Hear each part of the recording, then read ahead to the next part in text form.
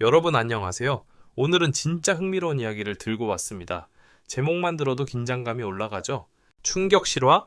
150표를 빌려 괴물 강속구 등장? 일본 무명 투수 삼성 라이온즈 판도를 흔든다. 아시아 쿼터 1호 미야지 유라 삼진으로 대구를 지배한다 선언. 이게 과연 과장된 말일까요? 아니면 진짜로 KBO 판도가 살짝 흔들릴 만한 사건일까요? 오늘 영상에서는 미야지 유라라는 이름이 왜 갑자기 대구를 떠들썩하게 만들었는지, 그리고 그 뒤에 숨은 이야기들을 천천히 풀어보려고 합니다. 편하게 들으세요. 친구랑 야구 얘기하는 느낌으로요. 먼저 158km라는 숫자부터 볼까요? 한국 야구에서 150 중후반을 안정적으로 던지는 투수는 흔치 않습니다. 특히 막 리그에 들어오는 투수가 그 정도 강속구를 보여준다면 팬들이 흥분하는 건 당연한 일이죠. 그런데 더 재미있는 건 미야지 유라가 일본에서 특별히 유명한 스타는 아니었다는 겁니다. 이른바 무명에 가까운 선수. 큰 계약도 없었고 언론의 조명을 많이 받는 스타일도 아니었죠. 그래서 사람들은 더 궁금해졌습니다. 아니 유명하지도 않은 투수인데 어떻게 158km 강속구가 나오는 거야? 삼성이 뭘 보고 이 선수를 선택한 거지? 바로 여기서부터 이야기가 시작됩니다. 이번 시즌 삼성은 아시아 쿼터 1호라는 실험적인 선택을 했습니다. 외국인 선수 제도 안에서도 새로운 옵션을 활용해 보겠다는 시도였죠. 말 그대로 아시아 시장에서 보석 같은 선수를 찾아오겠다는 전략입니다.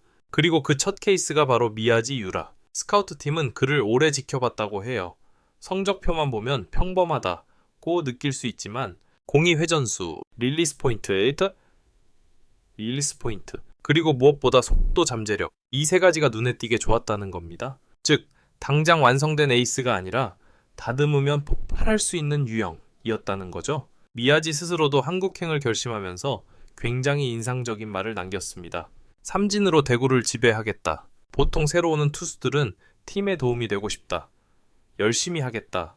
정도의 말을 하죠. 그런데 그는 처음부터 삼진을 언급했습니다. 명확했고 공격적이었고 자신감이 느껴졌죠. 물론 말로만 해서 되는 건 아닙니다. 한국 타자들은 일본식 투구 스타일을 이미 많이 경험했고 빠른 공에도 강한 타자들이 많습니다. 하지만 미야지가 가진 강점은 단순히 속도만이 아닙니다. 공이 스트라이크 존 위에서 갑자기 튀어오르는 느낌, 타자가 스윙 궤적을 맞추기 어려운 릴리스 타이밍, 그리고 변화구와의 속도 차이, 이 조합이 맞아떨어지면 150 후반의 직구는 그야말로 괴물구이처럼 보일 수 있습니다. 삼성 입장에서 보면 이 선택은 어찌 보면 모험이고 다른 한편으로는 계산된 배팅입니다. 비싼 메이저리그 출신을 데려오는 대신 아직 완전히 빛나지 않은 자원을 데려와 팀 시스템 안에서 성장시키는 방식. 만약 성공한다면 단순히 한 명의 외국인 투수 성공을 넘어 삼성의 눈이 달라졌다. 아시아 쿼터, 생각보다 괜찮은 카드다. 이런 평가가 나올 수 있습니다. 그리고 무엇보다 리그 전체에서 전략적인 다양성이 생기겠죠. 훈련장에서의 미야지는 매우 성실하다는 평가를 받습니다. 낯선 환경, 다른 문화, 언어도 완벽하지 않은 상황인데 매일 노트에 자신의 투구 데이터를 적고 코치진과 영상 분석을 반복하며 피드백을 빠르게 흡수한다고 해요. 코치가 한마디 하면 바로 다음 세션에서 반영하려고 노력하는 스타일. 이런 성향은 강속구 투수에게 특히 중요합니다. 왜냐하면 강속구는 던질 때마다 그냥 빠르게가 아니라 체중 이동, 발 스피드, 타이밍, 밸런스, 이 네 가지가 단 한 번만 깨져도 구위가 바로 떨어지기 때문이죠. 물론 우려도 있습니다. KBO는 일본과 리듬이 다른 리그입니다. 경기 템포, 타자 성향, 심판, 스트라이크 존까지. 특히 한국 타자들은 파울로 끈질기게 버티고 1가지 패턴을 읽기 시작하면 집요하게 파고듭니다. 그래서 많은 외국인 투수들이 첫 시즌에 고전하는 경우가 많죠. 미야지도 예외는 아닐 겁니다. 몇 경기에서 흔들릴 수도 있고 갑자기 제구가 무너지는 날도 있을 거예요. 하지만 중요한 건 그가 가진 업사이드, 즉 올라갈 수 있는 최대치가 상당히 높다는 점입니다. 이제 질문을 하나 던져볼게요. 미야지 유라 한 명 때문에 삼성의 판도가 정말 흔들릴까? 단기적으로는 아직 모른다가 정답일 겁니다. 하지만 장기적으로 본다면 이런 유형의 도전이 팀에 주는 영향은 분명합니다. 젊은 투수들에게 자극이 되고 리그 타자들에게 새로운 스타일을 던져주고 구단 스카우트 전략에도 변화를 줍니다. 그리고 팬들은 생각하게 되죠. 삼성, 뭔가 재밌는 걸 준비 중이네? 이 느낌이 쌓이면 팀 분위기 전체가 달라집니다. 오늘 파트 1에서는 미야지 유라가 왜 주목받는지, 미국어 18kg라는 숫자가 의미하는 바, 그리고 삼성이 왜 그를 선택했는지까지 전체적인 배경을 살펴봤습니다. 다음 파트에서는 더 깊게 들어가 볼 거예요. 실제 투구 스타일 분석, KBO 타자들이 어떤 반응을 보일지, 그리고 시즌 중 예상되는 변곡점까지 조금 더 구체적으로, 조금 더 현실적으로 이야기해 보겠습니다. 이제 본격적으로 미야지 유라의 투구 스타일을 조금 더 깊게 파고들어 보겠습니다. 겉으로 보면 158km도 강속구 한 문장으로 정리되는 투수처럼 느껴지지만 실제로는 그 안에 더 많은 요소들이 숨어 있습니다. 먼저 그의 직구 유형부터 볼게요. 보통 빠른 공이라고 하면 그냥 직선으로 쭉 들어오는 공을 떠올리기 쉽지만 미야지의 공은 조금 다릅니다. 영상으로 보면 타자 앞에서 살짝 떠오르는 느낌이 납니다. 이건 단순 착각이 아니라 공이 회전 효율이 높은 투수에게서 종종 나타나는 현상이에요.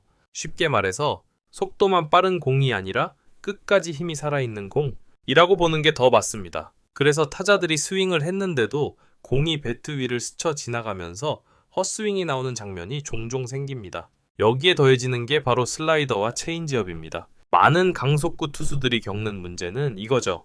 직구는 빠른데 변화구가 들키는 문제. 하지만 미야지는 슬라이더 각도가 꽤 예쁩니다.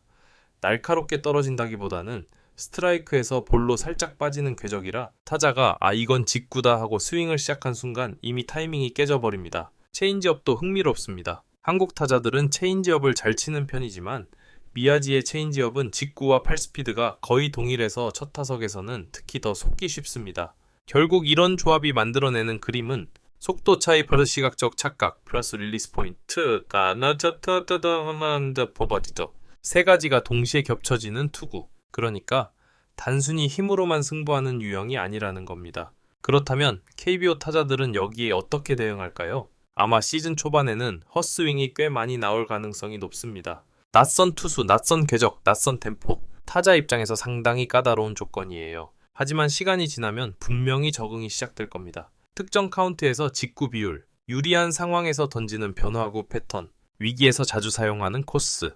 이걸 데이터팀이 다 파악해버리면 타자들은 점점 공략법을 찾기 시작하죠. 그래서 중요한 건 결국 미야지가 시즌 중반 이후에 본인을 얼마나 또 한 번 업데이트할 수 있느냐입니다. 코칭 스태프가 기대하는 부분이 바로 그겁니다. 미야지는 경기 후 자신의 투구 영상을 거의 빠짐없이 다시 본다고 해요. 여기서 손이 늦었다. 저기서 체중이 오른쪽에 남았다. 이런 부분을 직접 체크하며 스스로 수정 포인트를 정리합니다. 이건 굉장히 중요한 성향입니다. 많은 외국인 투수들이 한국 야구를 힘들어하는 이유 중 하나가 자신이 하던 방식을 끝까지 고집하기 때문인데 미야지는 비교적 유연한 스타일입니다. 필요하면 낮게 던지는 연습도 하고 패턴도 의도적으로 바꿔보려고 합니다. 그렇다고 모든 게 장점만 있는 건 아니죠. 가장 큰 리스크는 제구 안정성입니다. 강속구 투수들의 공통적인 숙제이기도 한데 속도가 올라가는 날일수록 볼이 위쪽으로 몰리는 경향이 있습니다.